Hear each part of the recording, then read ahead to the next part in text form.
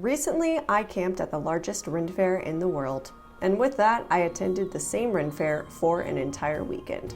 So in this video, I will be taking you along with me as I explore shows, food, shops, and much more, showing you why it holds the title for the largest Ren Faire in the world.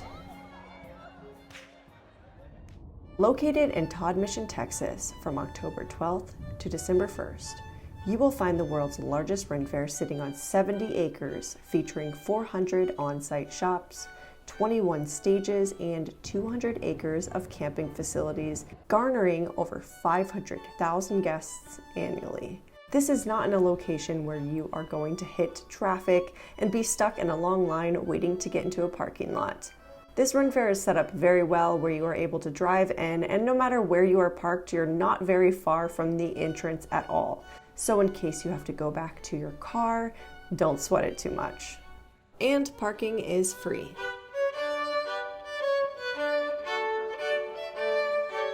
Tickets range from $10 to $39, and there are paid activities within the Ren Faire, but all of the shows are included with your ticket. I don't know how well the audio is going to be, but I've acquired a map. It was $5, but it's much better than last year's because, well, last year's was free. It was just a map, but this has literally the most specific details down to like what stores are selling, what food stands are selling. So if you want like a specific thing, then you know where to find it using this. So I'd say it's a good purchase if you're here for something very specific and you don't just want to roam. I mean, you can roam, but you're gonna miss show times and stuff like that, so it's probably worth getting, and you're supporting keeping this place alive. I'm sweating so bad. There are a lot of people here. A lot of people in Halloween costumes. I guess it's because it's Halloween weekend. I think that might be the theme. I didn't check, but I mean, you're gonna see a lot of different costumes here this time around, not just fantasy, which is pretty neat. I think of all the Ren Fairs I've been to, I probably have seen the most people dressed up at this one. Not only will you see people in fantasy costumes, but you will also see people in just normal Halloween costumes. This is a no judgment zone, and you are free to dress however you would like. But with this being the biggest in the world, you're also going to find that there are a lot of people that come here. And although there is a big crowd at all times, I will say, for me, the more people, the better. The more fun it's going to be, the more opportunities you'll have to meet people that have similar interests, that are into dressing up and going in character all day long. So even though it does feel like a theme park at some times, I'm not going to lie, I don't think it ruins the experience at all. Now the theme and the atmosphere and the village is incredible. This is a village that is here all year round, and because they have put so much time and effort into building up this village and making it beautiful, it just adds to the overall experience.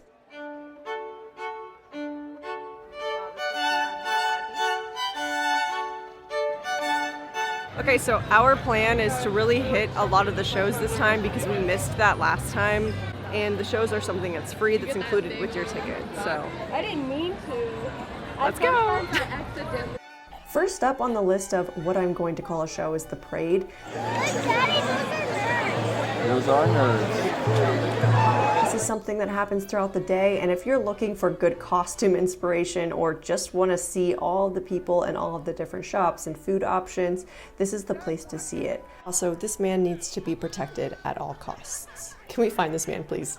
I love sitting and watching the parade. It's a good way to relax my feet and get to say a hi to everyone that walks by. And sometimes you'll even see someone in there that's on the hunt for a man within the park, and you can help join in on that excursion. You will also find some people throughout the village, and that is actually how they are listed within the pamphlet. Like Skidmark, for instance, this is a man you will see throughout the village, and there are also some other people that are solo, or maybe there's a group of people that will be located at random spots throughout the village performing for you.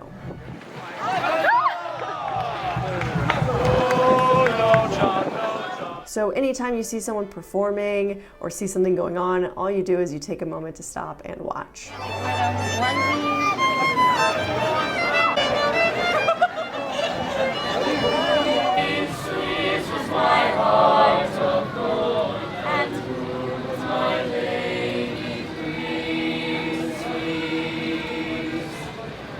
But besides the mini shows, there are also shows at small stages, like the Newmarket Village Gazebo stage.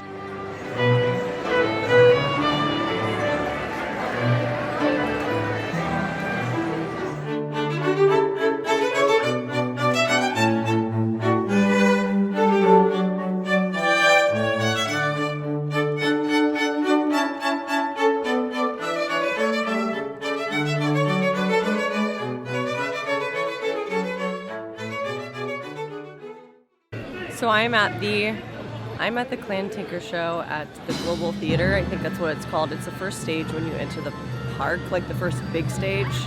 And it's a family act, which is really cool. And they do lots of juggling and other things. So I'd say this is one of the more entertaining ones that you would want to check out. And there is quite a bit of seating left even after the show has started. So if you're looking to go somewhere and not stand, it would be a good spot. Lords and ladies, would you like to see us try something that is really difficult? Well, we're thinking of trying for you now. It's called a drop back. And what happens is I stand in the middle, and then while juggling, I'm going to try to throw clubs behind my head to Elijah. The Global Theater has the Royal Proclamation and Celebration right at the beginning of the day at noon and at 6. This is where the royal court gathers, and the king and queen of the festival will honor special guests and contest winners and share all kinds of revelry. Another stage I went to was the Dove Meadow stage. Here you will see acts like 𝚘𝚅𝚎, Saxon Moon, and this was my first time seeing 𝚘𝚅𝚎, but I did watch Saxon Moon last year, and both groups were so talented and 100% worth stopping by this stage for. Next, I went to the Green Gazebo, which is located towards the back of the park. Here I saw the Dublin Harpers, which is an outstanding family showcasing traditional roots of the harp in Irish and Scottish culture.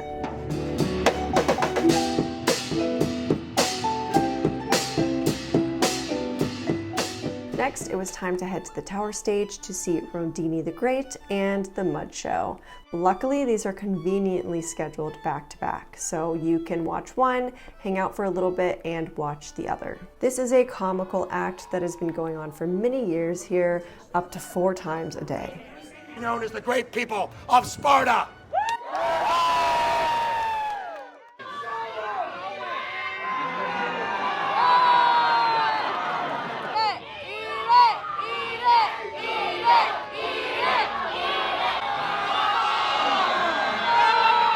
After that, we watched Rondini, who is an exciting and engaging escape artist. He brings a flair to the ancient art of escape, combining amazing skills, humor, and audience participation to create an unforgettable experience. Once you get enough tourists, we're going to start wrapping me up.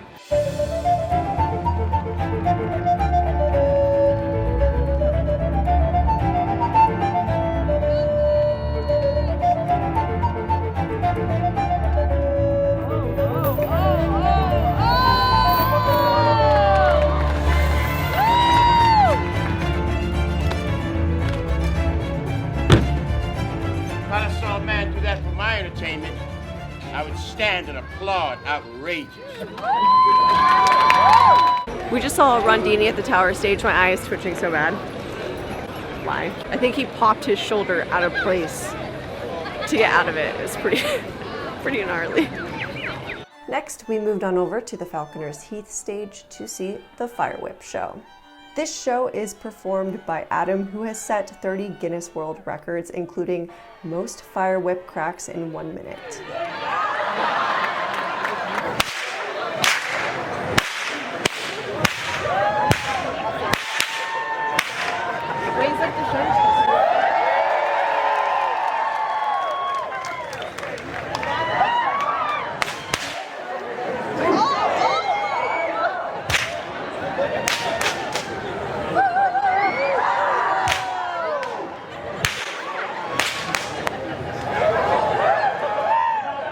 At At each show, you can expect to see high-speed double whip cracking, knife throwing, balloon popping, fire whips, and much, much more.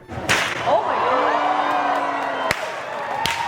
We are now at the 𝚬𝚖𝚎 show, and we're at the same stage we were before for the fire whip show. This appears to be a very popular stage because there's people sitting here, and it's about 15 minutes before the show, and all the seats are pretty much filled.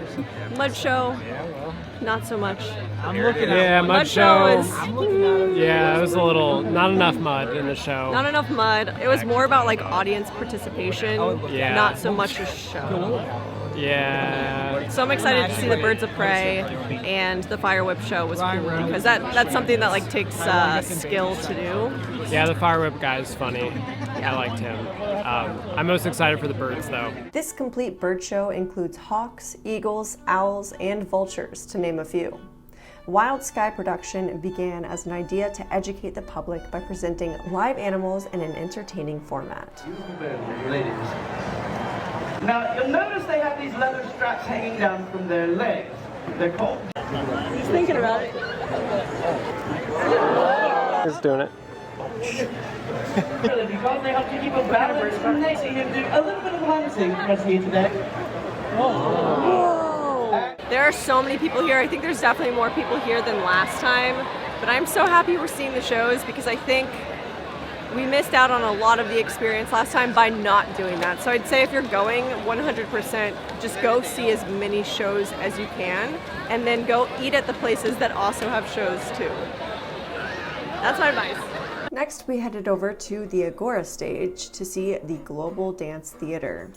This is composed of a group of multi-talented and highly spirited professional entertainers. Another good thing about this stage is that there is food located right next to it, so you can grab some Greek food and sit down and watch a show.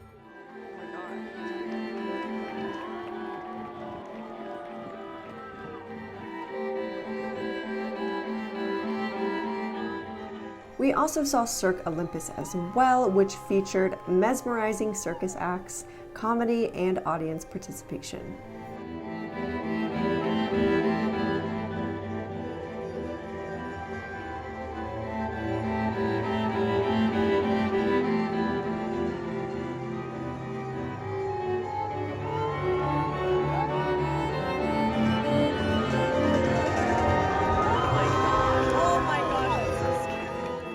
Next, we went to the Polish pub to get some food and watch a show called Dangerous Curves. Dangerous Curves is an improv comedy torture show where the torture is that they make fun of you. This is also located indoors, so if you are tired of the sun and you need a break, this is a great place to stop.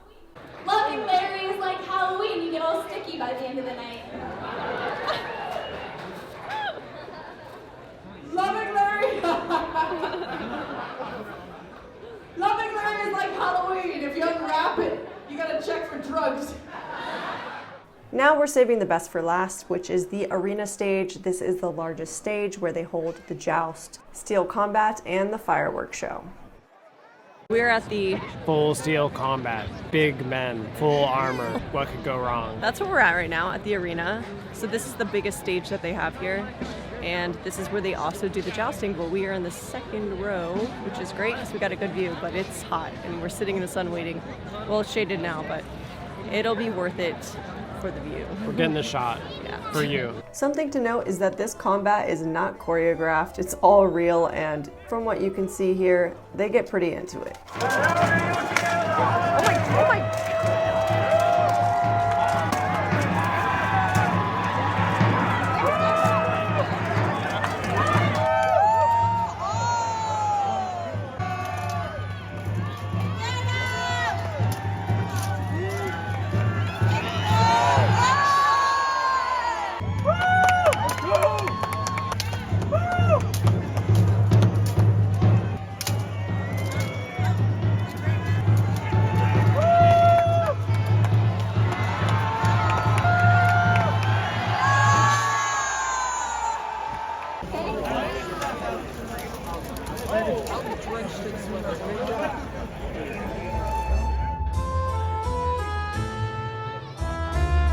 We're back at the arena for the joust. This is the last joust of the day, and we are in the front.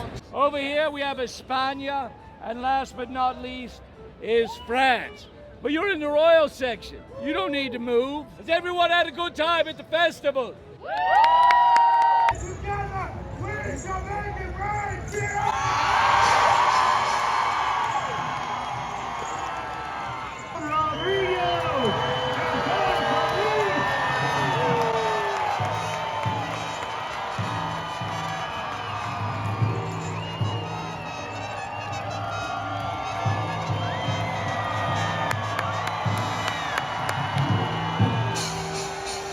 And on His Majesty's command, let this joust begin!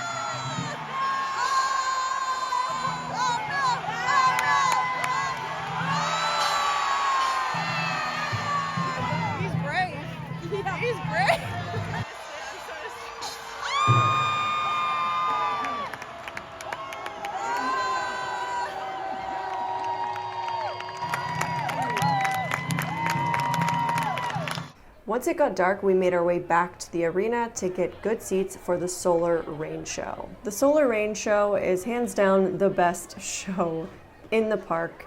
We arrived about 20 minutes early, but it was still packed, so highly recommend showing up earlier than 20 minutes because this is a show that you want to be front and center for. The fireworks show takes place right after the show, so it's a good idea to get the best seats you can.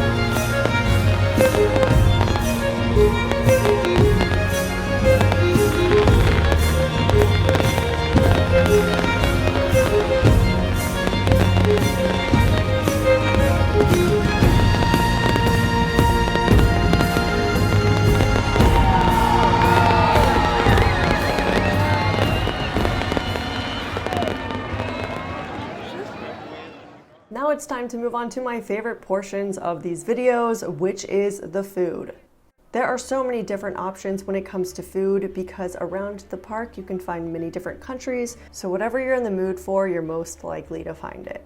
Coffee's really good. It was $7 each, which is kind of like a Starbucks. This is the price of a Starbucks coffee in LA, so technically not really paying much of a difference. It might even be a little bit less, and it's really good. And they had oat milk, whole milk, and half and half, so you have options for people that are vegan and people that aren't vegan. So I think that's nice, and it's really good. It's very good, and it's right when you enter the park. I got a frozen margarita. It was $11, I think, and it's very nice on this hot day. It's so muggy out, and this is perfect. It's good. It's cold. That's all that really matters, is that it's cold. I got a non-alcoholic option. Same price. It's very sour. Like very sour and artificial. It might make me more thirsty. But I needed something because I'm so hot right now. It's very sour. Cheers. Cheers. Ding. Tell me what you got. Sausage on a stick. I think it was $14. 12? $12. Oh, only 12. Yeah, it's big sausage. It's nice. The Polish pub is a dinner and show type situation. You order food and drinks outside and you just come in and sit down. I think my bread bowl and stew cost me around $12. This was extremely tasty and filling. And every time I see this, even if I go to a theme park, I always get it just because I know it's going to fill me up and it seems to be the best bang for your buck. I also got this last time and I was not disappointed. Loving Larry is like Halloween, better with the mask on.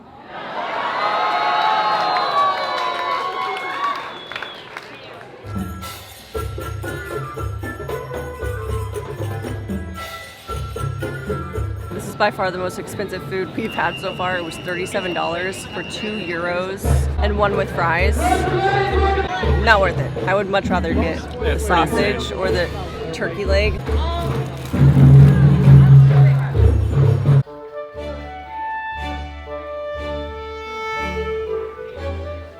It's $9 and there's like 4 pieces of chicken, stir fry. It's kind of cold. It's pretty dry. I don't know. Oh no. I feel like fried rice is probably the move. It's so salty it burns.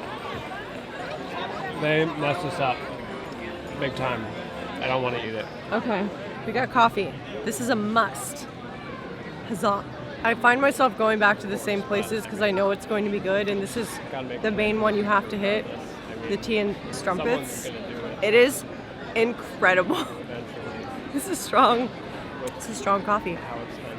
Later in the night, it started getting really, really cold. It dropped from about 87 to in the 50s. So we decided to go chill at a tea spot. I don't know what's up here, but I've always wanted to come up here, and so we're going. I think it's like a tea room. I love this spot because it has a view of the entire Ren Faire. It's shaded. I found out they do a paid experience up here called the King's Feast, but there are times throughout the day that you can come up here without a reservation. You can order drinks from upstairs, including teas and alcoholic beverages, and you can also order food directly downstairs and bring it upstairs to enjoy.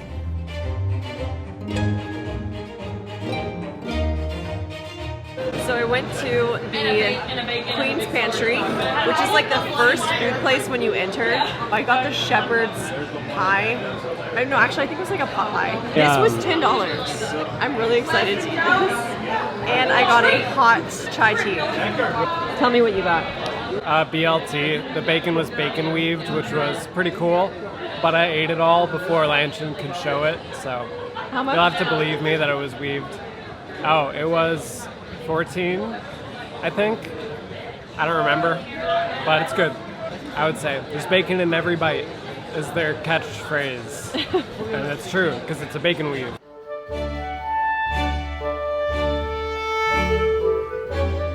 So they kind of have games all over the park. There's a specific section that has more games than other sections, and all the games range from like $3 and up. You can do everything from crossbow to going through a maze to doing like little carnival games. I'm personally not going to partake in any of those just because it does cost extra money on top of my ticket, and I feel you get the most worth out of your ticket by going to the shows, which is why I'm exploring more of the shows this time around. If you have children or you're an adult that just likes to do these fun things, you will end up paying a lot by the end of the day, depending on how many things you do. But the options for the different activities are really limitless. There's also a beautiful garden that is big that I did not walk into, but you can check that out too. Now we're moving on to the shops in the park. There are over 400 on-site shops located here, so it is a bit overwhelming, but I wanted to show you a few that I went to that I really loved. Okay, so the first store I'm gonna go into is 𝚘𝚘𝚘𝚘. I don't know, I was walking by, I haven't gone in there yet, so I just wanted to see what their prices were. 𝚘𝚘𝚘𝚘 was probably one of the more well-known clothing stores I went into. They have historical dresses and other pieces of clothing in multiple styles with multiple different colors to choose from. It's $95. It's black on one side and it has this pretty print. So they have lots of different price points for the shirts. They all range from like 35 to 40, which is really affordable. They have like bell sleeve options. This is like a little pirate shirt. It's so sweet. I love stuff like this. Someone swooped it. The Shattered Stranger Armory had so many different leather accessories that I felt were at a very affordable price point. I could have even gotten cheaper bracers, but I did go with the ones that were $45 instead of $30. I highly recommend checking out this store in person just because there are so many great belt accessories along with other leather items as well. Oh, these are nice. They're $45. It's a Ranger tunic. We're not gonna get it. It's out of my budget. But it's so nice. This is 200. Oh wait, no, this one's $265. Now we are at Unicorn Clothing. It's booth number 21. Unicorn Clothing was established in 1973 by Terry Evans when she started selling her original clothing at street fairs and craft shows in California. All of these garments are handmade in Santa Barbara, California. They consist of many different styles with a ton of different color options to go with any look. Full-on sets that you can buy where all the pieces are already put together. So this includes like the bodice, the shirt, a dress, a skirt. Wait, it's only $270 altogether? That's affordable for a full Ren Faire? $270? What am I doing out here? We're at Prince Charming. It's number 24. Prince Charming makes headpieces out of different materials, and I could not find any information on them online, but I did list their email that was given to me on their business card. So if you do want anything from them, because they had very beautiful pieces, be sure to send an email their way. This is very Lord of the Rings, right? Yeah. Oh my gosh, it's perfect.